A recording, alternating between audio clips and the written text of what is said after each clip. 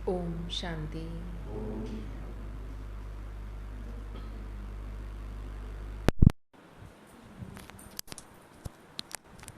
आज प्यारे बाबा के महावाक्य।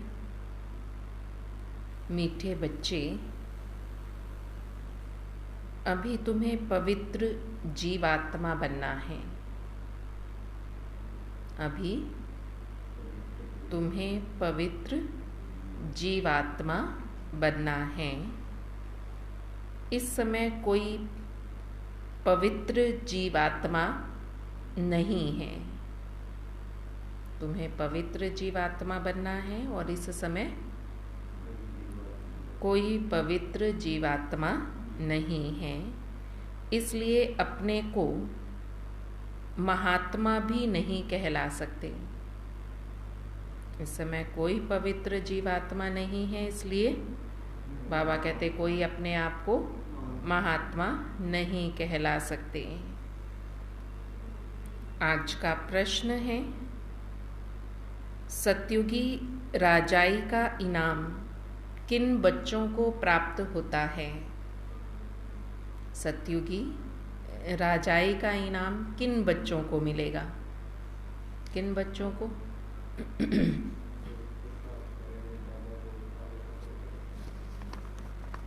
फॉलो फादर करेंगे।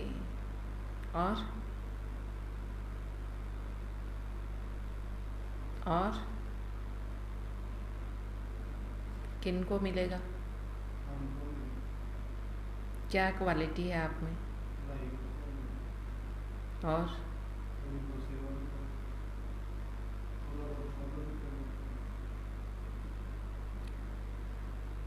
जो श्रीमत पर याद की रेस में नंबर 1 जाते हैं, उन्हें ही राजाई का इनाम मिलता है। जो श्रीमत पर याद की रेस में, अपने हिसाब से याद नहीं कि हम तो याद करते ही हैं बाबा को, बाबा की श्रीमत के हिसाब से जो याद की रेस करेंगे वही नंबर 1 जाएंगे। उन्हें राजाई का इनाम मिलता है। तीखी रेस होगी तो रजिस्टर में नाम अच्छा होगा और इनाम के भी अधिकारी बनेंगे।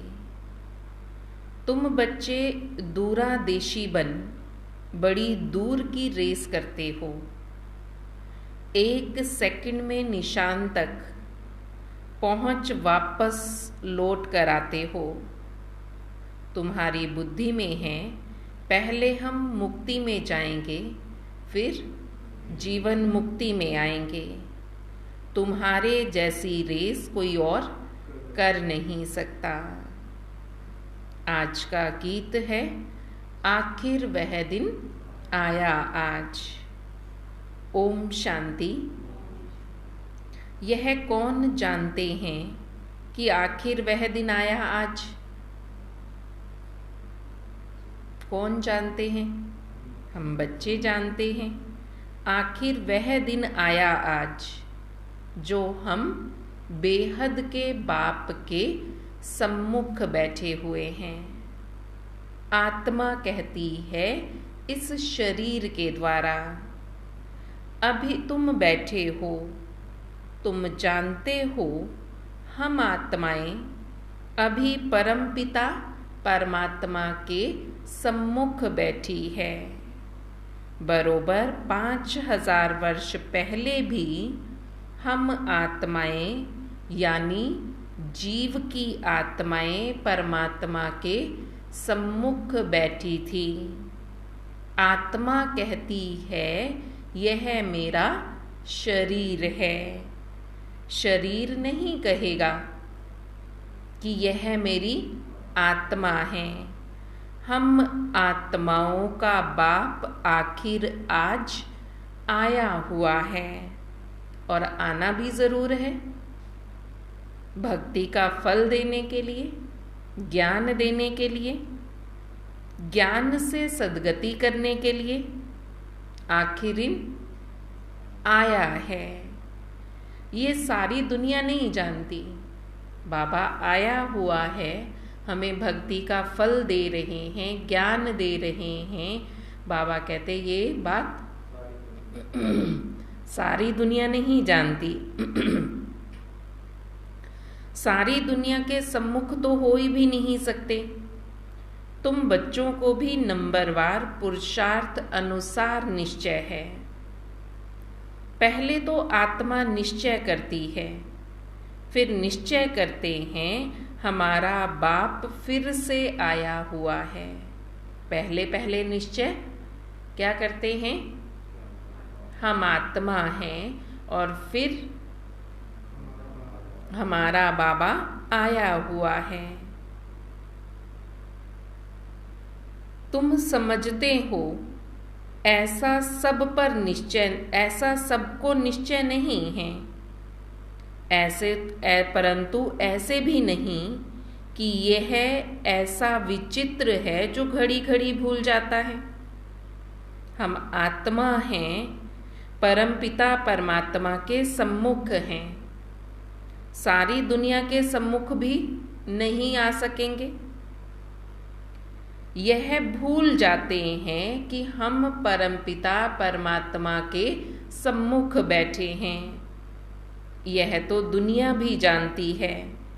पतित जीवात्माओं को पावन बनाने वाला परमपिता परमात्मा है। जीवात्माएं आत्माओं को पवित्र नहीं बना सकती।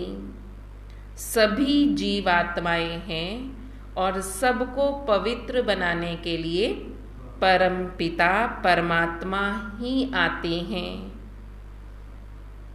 वह जीव आत्मा नहीं है। कौन? परमपिता परमात्मा एक है, वह जीवात्मा नहीं है। उनको जीव नहीं कहेंगे क्योंकि उनके पास स्थूल और सूक्ष्म कोई भी शरीर नहीं है। यह सब बातें बाप बैठ समझाते हैं। तुम जो भी नामधारी दिखते हो, सबके पास शरीर है। ब्रह्मा विष्णु शंकर, इनके पास भी शरीर है। जितने भी नामधारी हैं उन सब का, जिनको हम देख सकते हैं, उन सब के पास शरीर है। ब्रह्मा विष्णु शंकर का भी चित्र तो दिखाते हैं ना। वह सूक्ष्म वतन में रहते हैं, वह भी सूक्ष्म जीवात्मा ठहरी।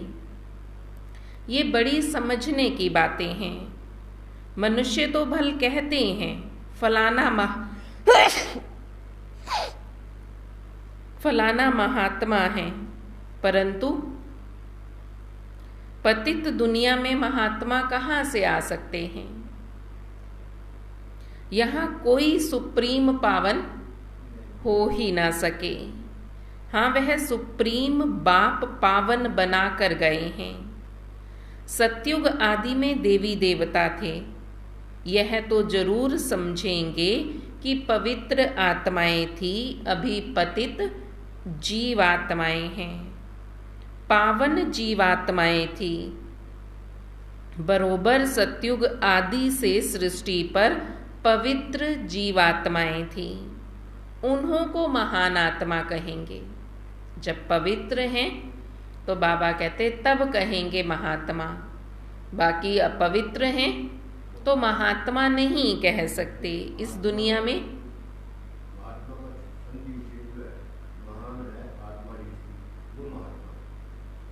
तो बाबा कहते इस दुनिया में कोई भी महात्मा नहीं है, क्योंकि सब पतित हैं। पावन जीवात्माएं थी, तब बरोबर ये दुनिया सतयुग स्वर्ग कहलाती थी। बाप समझाते हैं पतित दुनिया में कोई भी महान आत्मा हो नहीं सकती। सब पतित जीवात्माएं हैं। पतित जीवात्मा जरूर औरों को पतित ही बनाएगी। वहाँ सब हैं पवित्र जीवात्माएं। तो क्या करेंगे? ऐसे नहीं कि पवित्र जीव आत्मा बनाएंगे।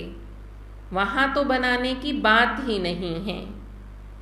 इस समय सब पवित्र जीवात्माएं बनती हैं, फिर वही जाकर पावन दुनिया में प्रारब्ध भोगेंगी। वहां तो है ही सब पावन। इतना पावन बनाने वाला कौन? बाप बैठ समझाते हैं, तुम जब देवी देवता थे तो तुम पावन थे। यहाँ आकर पतित बने।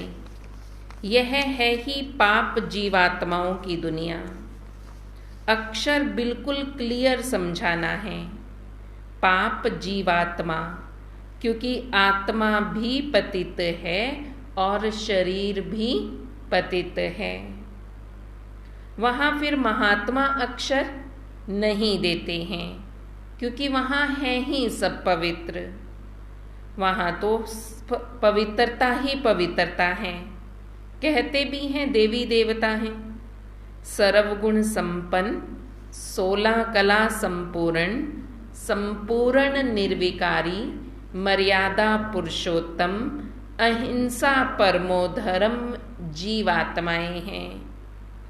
संपूर्ण निर्विकारी माना संपूर्ण पवित्र हैं।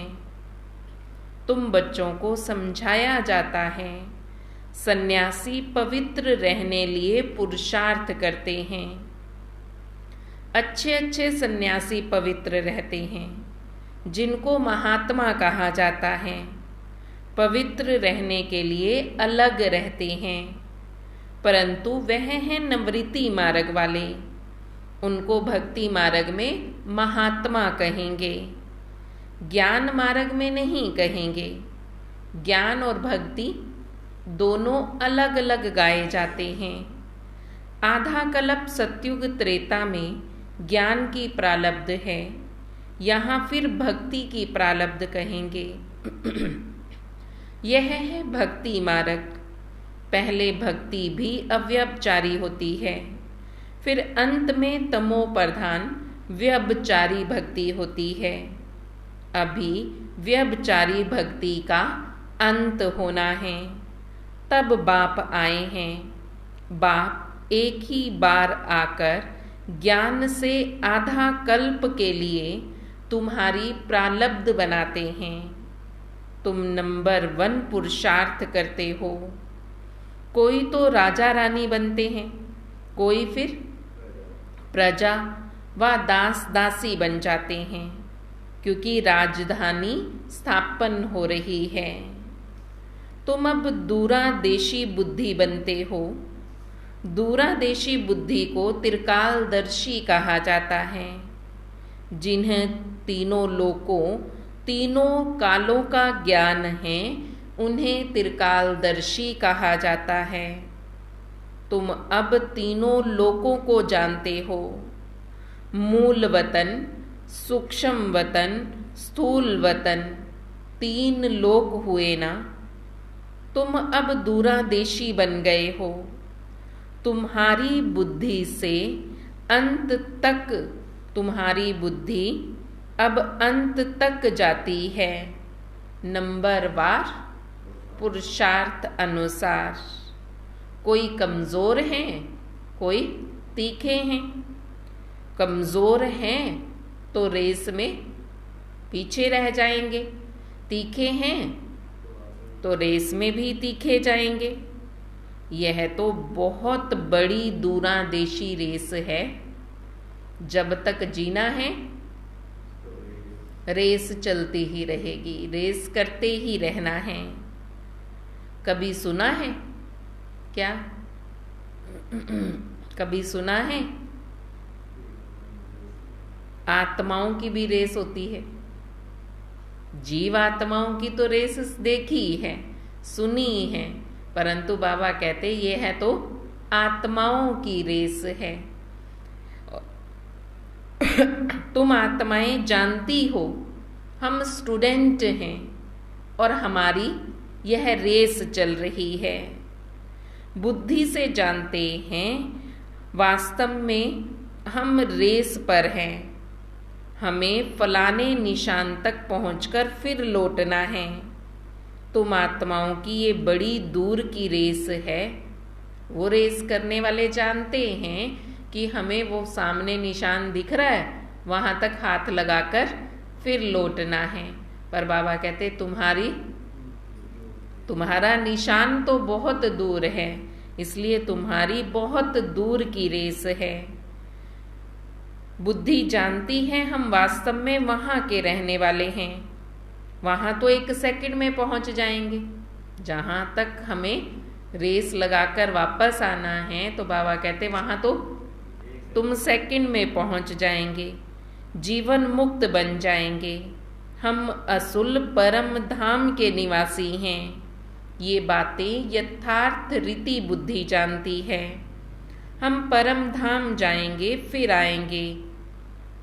जैसे रेस में निशान तक पहुंचकर फिर लौटते हैं, हम भी बाबा के पास जाएंगे फिर वापस आएंगे। अब आत्माएं रेस सीख रही हैं। तुम सबको कहते हो मन मना भव।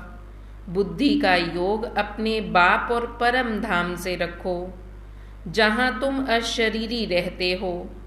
यह सिर्फ तुम्हारी बुद्धि में ही यथार्थ रीति है। तीनों कालों तीनों लोकों की नॉलेज तुम्हारी बुद्धि में है। 84 जन्मों का ज्ञान और कोई में हो नहीं सकता। तुम जानते हो हमको इस छीछी दुनिया से, छीछी शरीर से मुक्त होकर जाना है। हम जा रहे हैं। बाबा रोज ये रेस सिखलाते हैं। तुम्हारी रेस अविनाशी है। बाप को जितना जास्ती याद करेंगे, उतना तुम्हारा रजिस्टर में नाम अच्छा रहेगा। कहेंगे इनकी बुद्धि की यात्रा बहुत तीखी है।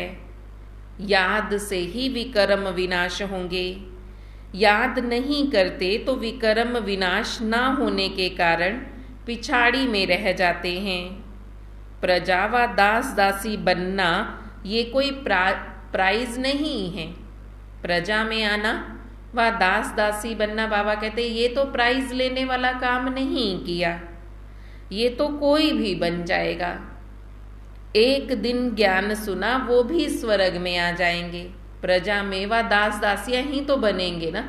एक दिन भी बाबा कहते अच्छे से बाबा को निश्चय किया, ज्ञान सुना, तो वो भी आ जाएंगे स्वर्ग में। तो प्रजा और दास दासी तो वो भी बन जाएंगे, जबकि उन्होंने रेस में हिस्सा भी नहीं लिया।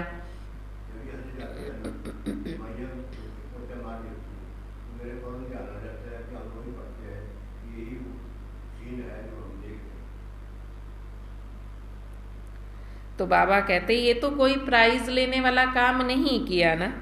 नर से नारायण, नारी से लक्ष्मी बनना, इसको कहेंगे इनाम। बाप राजाई का इनाम देते हैं। अगर उनकी श्रीमत पर चलकर दौड़ लगाएंगे, कोई तो 2 कदम भी दौड़ी नहीं लगाते, वही प्राइज के हकदार बनेंगे। बाबा की श्रीमत पर चलकर, बाबा कहते जो दौड़ी लगाएंगे वही प्राइज के हकदार बनेंगे। फिर बाबा ने आगे कहा कई बच्चे तो 2 कदम भी दौड़ नहीं लगाते। अगर प्रजा वाले होंगे तो बिल्कुल कम दर्जा पालेंगे। यहाँ रहने वाले होंगे तो भी राजाई में बहुत कम पद पाएंगे। तुम्हारी कितनी विशाल बुद्धि हुई है। अब बेंगलोर मद्रास के बच्चे बैठे हैं। उन्हों को फिर मद्रासी भाषा में कोई बैठ समझाए। हमारी भाषा तो हिंदी है, कल्प पहले भी ऐसे समझाया होगा। कहेंगे भगवान सब भाषाएं क्यों नहीं जानते, परंतु ड्रामा में है ही नहीं। ड्रामा में होता तो बाबा कहते फिर मैं सब भाषाओं में भाषण करता। अब जिसके तन में आया हूँ वो जो भाषा जाने उस भाषा में ही समझाता हूँ। समझो भिन्न भिन्न भाषाओं वाले बैठे हो तो क्या हम सब भाषाएं बैठकर बोलूँगा। बाबा के पास तो सब भाषाओं वाले हैं। बाबा कहते अब मैं सब भाषाएं थोड़े ही बोलूँगा, ये तो हो ही नहीं सकता।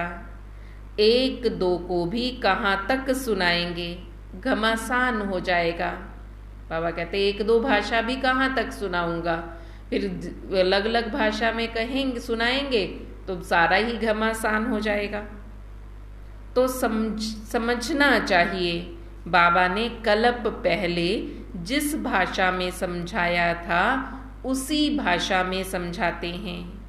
इसलिए हिंदी का जोर है, अंग्रेजी भी ज़रूरी है, क्योंकि इन्हों का क्वेश्चन अंग्रेजी में जास्ती है, इन्हों का कनेक्शन अंग्रेजी में जास्ती है। रशिया, अमेरिका आदि की भाषा अपनी अपनी हैं एक ही धर्म वाले क्रिश्चियन, परंतु भाषाएं बहुत हैं। यहाँ भी सब भारतवासी हैं, लेकिन भाषाएं सबकी अलग अलग हैं। सब भारतवासी आदि सनातन देवी देवता धर्म वाले, परंतु अपने धर्म को भूल गए हैं। भाषाएं देखो अभी कितनी ढेर हो गई हैं, सब मिक्सचर कर दिया है। जिसकी जो भाषा है उसमें फिर उसको सुनाना है। इसमें बड़ा होशियार चाहिए, जो खुद समझकर औरों को समझाए। साथ ही ऐसा साथ लाना चाहिए जो एक्यूरेट समझा सके। यह है सबसे बड़ा चैतन्य तीर्थ, वह सब है जड़ तीर्थ। साधु संत महात्मा सब वहाँ जाते हैं, बहुत दूर दूर जाते हैं। जो भारत को पावन बनाकर गए हैं उन्हों के मंदिर में जाते हैं। यह भी समझने की बातें हैं ना। बाबा कहते झाड़ की टाल टहनियाँ पत्ते, उसका विस्तार देखो कितना है। तुम्हें सबका अर्थ मालूम है तो तुम सबको ये बातें समझा सकते हो। अभी देखो अथह मत पंथ हैं। तुम्हारा देवता धर्म का थुर जो तना जो है कितना बड़ा होना चाहिए, कितने पत्ते होने चाहिए। आदि सनातन देवी देवता धर्म सतयुग से लेकर चला आया है, जो अभी प्राय लोप हो गया है, जिसको अभी हिंदू कह देते हैं। तो हिंदू कितने होंगे, परंतु हिंदू भी नहीं रहे, और धर्मों में कन्वर्ट होते जा रहे हैं। यह है कल्प वृक्ष। शुरू में आदि सनातन देवी देवता धर्म वाले थे। हिंदू कहलाने वाले भी वास्तव में हैं, आदि सनातन देवी देवता धर्म के भी हैं, परंतु कन्वर्ट हो गए हैं। बाबा कहते वह फिर से निकल आएंगे। ज्ञान तो देना पड़े ना। जो आदि सनातन देवी देवता धर्म की आत्माएं हैं, 33 करोड़ आत्माएं, बाबा कहते वो सभी और धर्मों में कन्वर्ट हो गई हैं। तो अब सब धर्म वालों को ज्ञान देना पड़े तब तो वो निकल कर आएंगे ना। जब तक ज्ञान देंगे ही नहीं तो फिर वो आएंगे कैसे। इस धर्म की आत्मा होगी तो झट समझ जाएगी, एकदम से निकल आएंगे। वही फिर से आकर वर्षा लेंगे। जब देवी देवता कहलाने वाला एक भी नहीं रहता, तब बाप आते हैं, आकर समझाते हैं। तुम्हारे जड़ चित्र यादगार के रूप में आज भी खड़े हैं। क्राइस्ट आते हैं तो उनके धर्म की चर्चा आदि होती नहीं। यहाँ तो अभी भी देवताओं के रूप में तुम्हारी कितनी ढेर निशानियां हैं, कितने सारे मंदिर बने हुए हैं। तो बाबा कहते तुम आदि सनातन देवी देवता धर्म वाले ही देवी देवता थे और उनकी निशानियां आज तक देखो कितनी सारी हैं। तुम्हारा जब राज्य होगा तो क्राइस्ट आदि का नाम निशान नहीं होगा। यहाँ तो सभी का नाम निशान है। तुम जानते हो क्राइस्ट कब आया, क्रिश्चियन धर्म कैसे स्थापन हुआ, क्राइस्ट अब किस शरीर में होगा। जरूर पतित शरीर में ही होगा ना।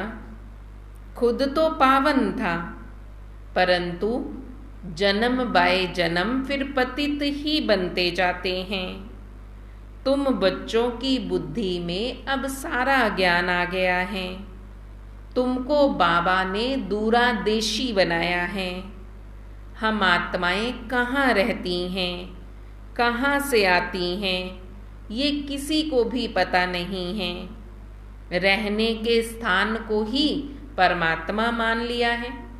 ब्रह्म ही भगवान है कहते हैं, तो ब्रह्म हमारा रहने का स्थान है, हमारे घर का नाम है ब्रह्मलोक। तो बाबा कहते रहने के स्थान को ही परमात्मा मान लिया। वास्तव में आत्मा झूठी बनने से काया भी झूठी बन गई।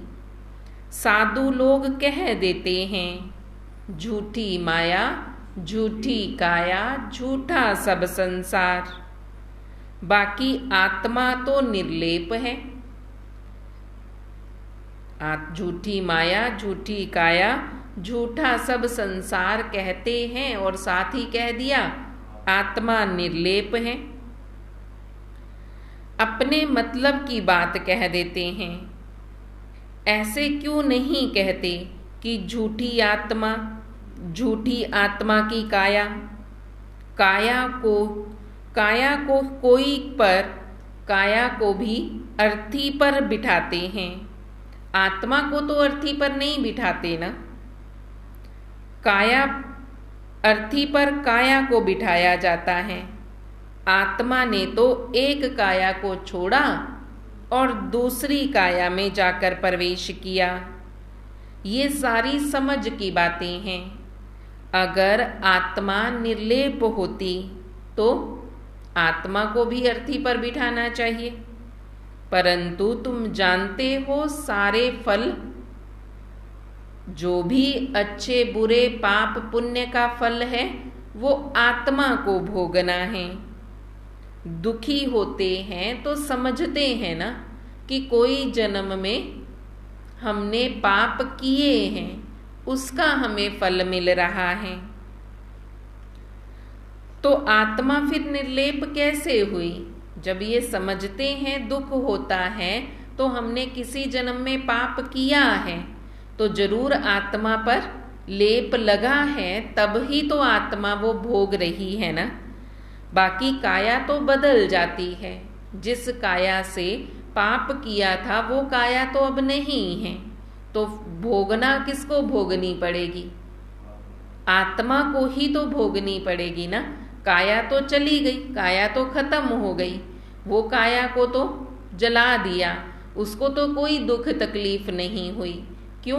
क्योंकि उस पर कोई लेप था ही नहीं। लेप तो आत्मा पर है, इसलिए आत्मा को दुख होता है।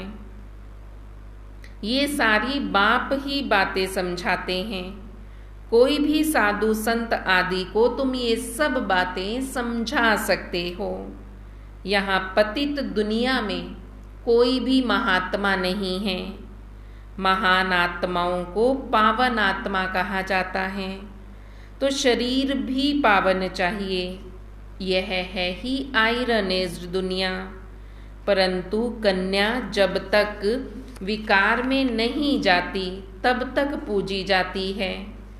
पवित्रता के लिए ही तो पुकारते हैं, आकर हमें पावन पवित्र बनाओ। जबकि पुकारते रहते हैं तो तुम उनको महान आत्मा कैसे मान सकते हो? जो महात्मा हैं, सन्यासी हैं, वो भी पुकार रहे हैं कि हे पतित पावन आओ, हमें पावन बनाओ। तो बाबा कहते जब वो पुकार रहे हैं, हमें आकर पावन बनाओ, तो वो महात्मा कैसे हो सकते हैं?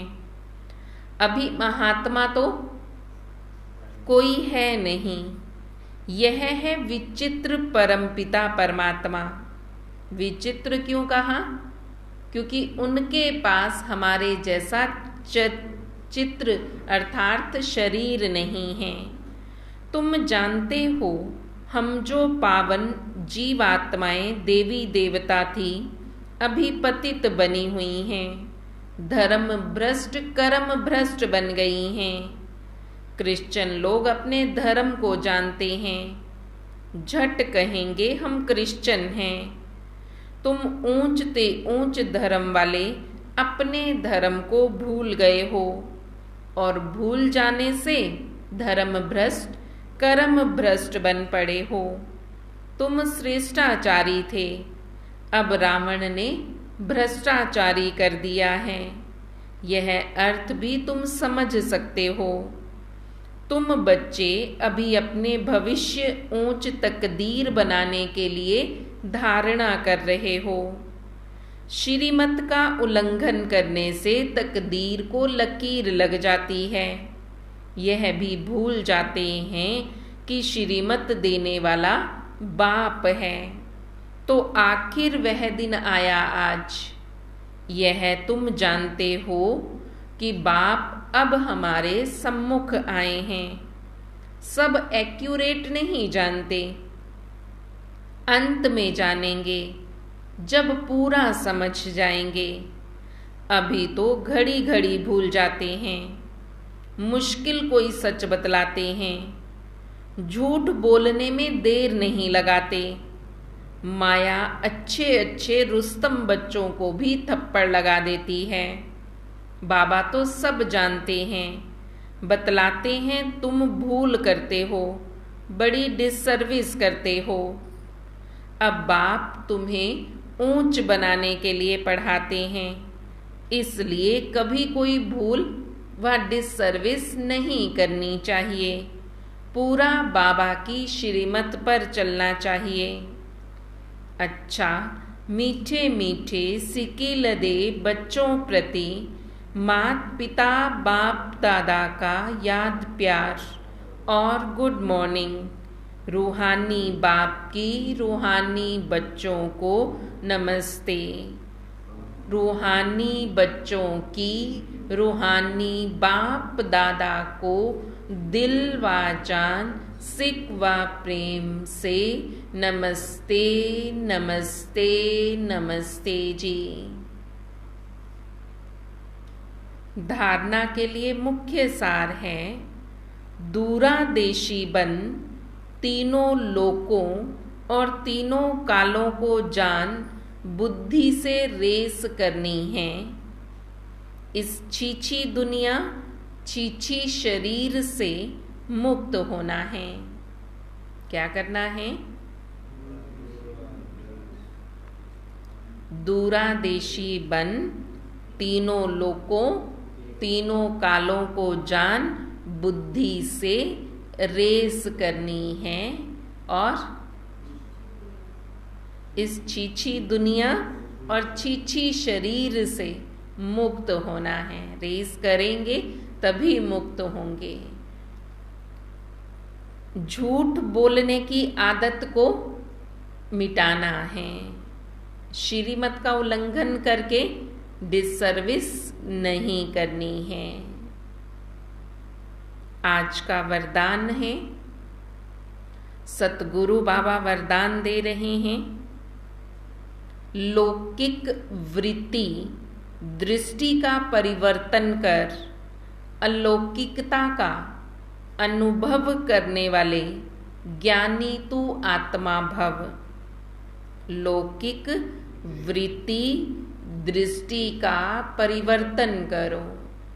जो लौकिक में हमारी दृष्टि है, जैसी दृष्टि से हम सबको देख रहे थे, जो सोच थी, बाबा कहते अब उसको बदलकर अलौकिक बना दो।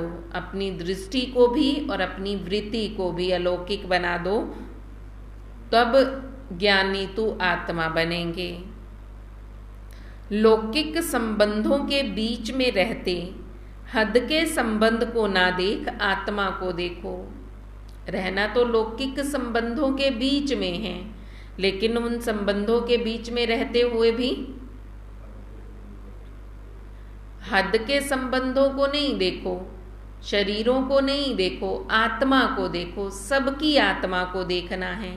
सारा दिन रहते तो हम शरीरधारियों के बीच में है ना, सब शरीरधारी हैं। तो इसलिए बाबा पक्का करा रहे हैं, अलौकिक दृष्टि माना कि सबको आत्मा की नजर से देखना है। आत्मा देखने से या तो खुशी होगी या रहम आएगा। जब सबको आत्मा रूप में देखेंगे, गुण होंगे उसके आत्मा के अंदर तो खुशी होगी, और अवगुण होंगे तो रहम आएगा कि हमें इस आत्मा को भी बाबा का परिचय देना है। अपने ब्राह्मण परिवार की आत्माओं को देखेंगे तो खुशी होगी, बाहर दुनिया वालों को देखेंगे तो रहम आएगा कि ये भी बाबा के बन जाएं। ये आत्मा बेचारी परवश है, अज्ञान में है, अनजान है। मैं तो ज्ञानवान आत्मा हूँ, तो उस अनजान आत्मा पर रहम करके अपनी शुभ भावना से उन्हें बदल कर दिखाओ। अपनी वृत्ति और दृष्टि को बदलना ही अलौकिक जीवन है। जो काम अज्ञानी करते वह आप ज्ञानी तु आत्मा नहीं कर सकते। आपके संग का रंग उन्हें लगना चाहिए, उनके संग का रंग नहीं। हम ज्ञानी हैं तो बाबा कहते आपको सबको आत्मा की दृष्टि से देखना है। परवश आत्माएं हैं, इसलिए उन पर तुम्हें रहम आना चाहिए। तुम्हें ये प्रतिज्ञा संकल्प लेना है कि मैं अपने संग से इस आत्मा को बदल कर दिखाऊंगी। अपने संग का रंग उन पर लगाना है, ना कि उनके संग का रंग अपने पर लगने देना है। स्लोगन है, अपने श्रेष्ठ कर्म से विश्व पिता का नाम बाला करना ही विश्व कल्याणकारी बनना है। विश्व कल्याणकारी अर्थात अपने श्रेष्ठ कर्म से विश्व पिता का नाम बाला करो। इतने श्रेष्ठ कर्म करो कि हमारे पिता का नाम बाला हो, तब कहेंगे विश्व कल्याणकारी बनना।